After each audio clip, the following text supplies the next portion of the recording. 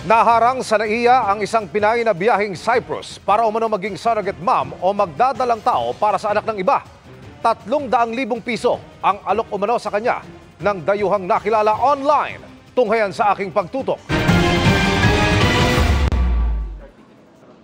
Paalis na lang sana papuntang Cyprus ang isang 34 anyos na Pilipina nang i-hold ng Bureau of Immigration sa Terminal 3 ng NAIA nang tanungin kasi ng immigration officer. Medyo naging suspicious po ang ating immigration officer dahil sali-saliwa po ang mga sagot niya doon sa mga basic questions. Hanggang sa tuluyan itong umaming gagawing surrogate mom sa Cyprus o yung magbubuntis para sa anak ng ibang tao. Ang inalok sa kanya ay 300,000 pesos kapalit po ng panganganak ng isang bata at pagbigay doon sa foreign national nung sanggol na yon.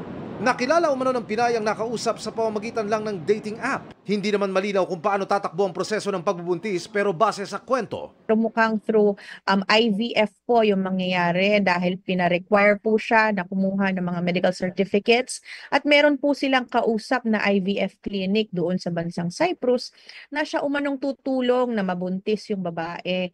Ayon pa sa BI, tumataas ang bilang ng kaso na nagre-recruit ng mga mahilig sa social media at job hunters din as well, mga single, mga job hunters na naghahanap ng magandang opportunity abroad. Ang mga alok po as high as 500, 800,000 pesos with monthly stipend. Paalala ng immigration. Hindi po masama na maghanap ng greener pastures abroad pero wag po sa ganitong paraan. Ito po ay clear way of human trafficking kasi ito ay talagang pagbebenta or paparenta ng kanyang sinapupunan para sa iba, sa gain ng ibang tao.